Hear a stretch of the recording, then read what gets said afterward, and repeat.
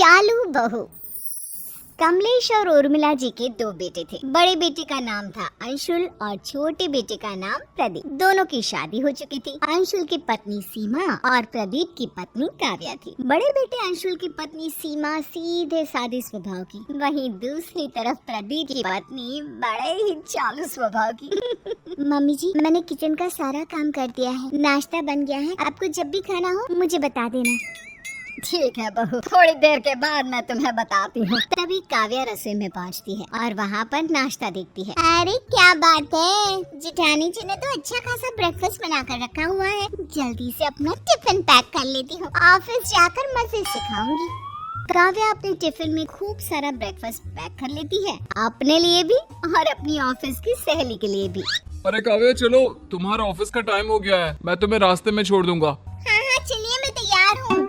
थोड़ी देर के बाद, सीमा बहू मेरे लिए नाश्ता ले आओ। अरे मैंने तो इतना सारा ब्रेकफास्ट बना कर रखा था, कहाँ चला गया? अभी तक तो किसी ने खाया भी नहीं है। अरे क्या हुआ बहू, नाश्ता लाने में इतनी देर क्यों लग रही है? मम्मी जी, मैंने नाश्ता बनाया तो था, लेकिन पता नहीं कहाँ चला गया। किचन में तो कुछ भी नहीं है। ये कैसी बात कर रही हो तुम? नाश्ता कहाँ चला जाएगा? मुझे तो लगता है तुम मुझे पागल बना रही हो। तुम्हारा काम करने का मन नहीं है ना? नहीं मम्मी जी, ऐसी कोई बात नहीं है, मैंने सच में ब्रेकफास्ट बनाया था। शाम को काव्या ऑफिस से लौट कर आती है और वो डिनर बनाती है। खाना खाते वक्त उर्मिला जी अपनी नाराजगी दिखाती है। काव्या बहू, तुमने तो खाना पूरा बनाया है ना, कम तो नहीं पड़ जाएगा? मम्मी जी क्या बात है, आप ऐसा क्यों कह रही हैं? हाँ मम्मी, हमारे घर में तो नाश्ता खाना सब कुछ पूरा ही बनता है, आप आज ऐसे क्यों पूछ रही हैं? अरे बेटा, ये तो तू अपनी बीवी से ही पूछ, सुबह मेरे लिए नाश्ता ही नहीं बनाया। अरे भाभी, आपने ये क्या किया? मम्मी जी के लिए ब्रेकफास्ट क्यों नहीं बनाया? नहीं, ऐसी कोई बात नहीं है, ब्रेकफास्ट बनाया था मैंने, लेकिन पता नहीं कहाँ चला गया। अरे भाभी, घर में रखा हुआ नाश्ता कहाँ गायब हो जाएगा? आप भी कैसी बातें करती हैं? कोई बात नहीं मम्मी जी, मैंने खूब सारा खाना बनाया है, आप आराम से खाइए। हो सकता है भाभी का मन ना हो नाश्ता बनाने का, सीधे सीधे तो वो आपसे कह नहीं सकती, क्यों भाभी? सबकी बातें सुनकर सीमा चुपचाप रह जाती है। और फिर एक दिन, देखो बच्चों, अब हमारी उम्र हो चली है, हमारी जो भी जमा पूंजी है, मेरा मतलब है कि तुम्हारी माँ के गहने वगैरह, हम चाहते हैं कि वो अब हम तुम्हें दे दें। अब तुम लोग उनकी देखभाल करो और अपने पास रखो।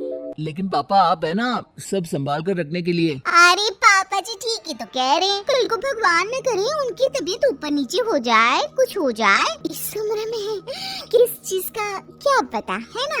बहुत सही कह रही है। देखो बेटा, बाकी सारी चीजें तो मेरे पास दो है, लेकिन ये जो बड़ा वाला हार है ना, ये बस एक ही है। कोई बात नहीं मम्मी जी, ये हार आप अपने पास रख लीजिए और बाकी की चीजें आप चाहे तो हम दोनों को दे सकती हैं। लेकिन मम्मी जी, आप इस उम्र में इसे कैसे संभालेंगी? अरे कहीं इधर उधर रख कर भूल गई तो? बहुत सही कह रही है, लेकिन प्रॉब्लम ये है कि हम इस हार को तुम दोनों में से किसे बांटे? हाँ पापा, ये बात तो सही है, लेकिन कोई बात नहीं, अंशुल भैया बड़े हैं, आप चाहे तो ये उनको दे दीजिए। हाँ वैसे आप ठीक ही कह रहे हैं मम्मी जी, ये हार आप सीमा भाभी को ही दे दो।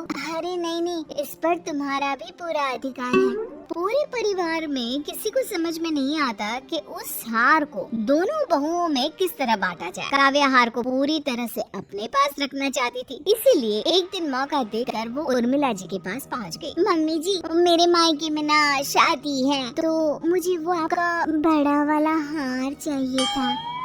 अरे हाँ, क्यों नहीं बहू, ले जाओ, तुम्हारे काम नहीं आएगा तो किसके आएगा, लेकिन थोड़ा संभाल कर रखना। हाँ बेटा।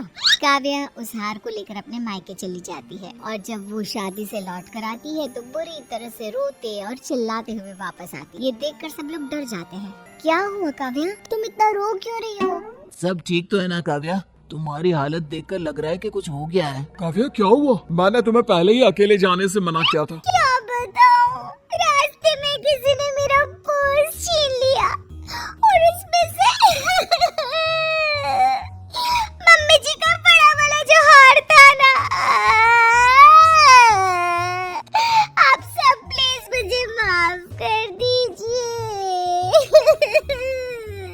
हे भगवान, ये सब क्या हो गया? वो हार तो बहुत महंगा था। मम्मी जी मुझे माफ कर दो। चोर ने मेरी गर्दन पर चाकू रख दिया था। अगर मैं उसे वो हार नहीं देती तो वो मुझे मार देता।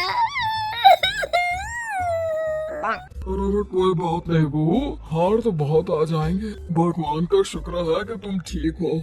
हाँ ठीक कहते हैं आप। अगर हमारी बहू को कुछ हो जाता तो। तुम हार की चिंता मत करो काव्या, हम दूसरा हार बनवा लेंगे। तुम अपना ख्याल रखो। कुछ दिनों के बाद एक दिन अचानक काव्या की मम्मी काव्या के ससुराल आ जाती है। उस वक्त काव्या अपने ऑफिस में थी। कैसी है समधन जी? बहुत दिन हो गए, सोचा आपसे मिलकर आती हूँ। अरे बहुत अच्छा किया। और बताइए सब ठीक है ना? हाँ जी सब ठीक है। ये काव्या ना एक पैकेट मुझे दे गई थी जब शादी में आई थी। पहले तो मुझे पता ही नहीं था इसमें क्या है, लेकिन जब खोलकर देखा तो कुछ कीमती सामान था, इसलिए सोचा सही समय पर उसे वापस दे देती हूँ।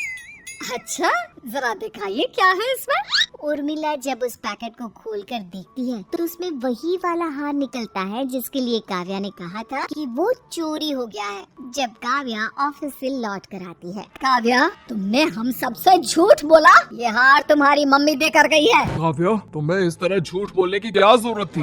बहू, अगर तुम्हें ये हार चाहिए था तो सीधे सीधे कह देती। मुझे माफ कर दीजिए, मुझे लगा कि मैं अपनी चालाकी से हार खोने का नाटक करूंगी और फिर वो हमेशा के लिए मेरे पास ही रहेगा। और मुझे क्या पता था कि मेरी अपनी मम्मी ही मेरी चालाकी को सबके सामने इस तरह खोल कर रख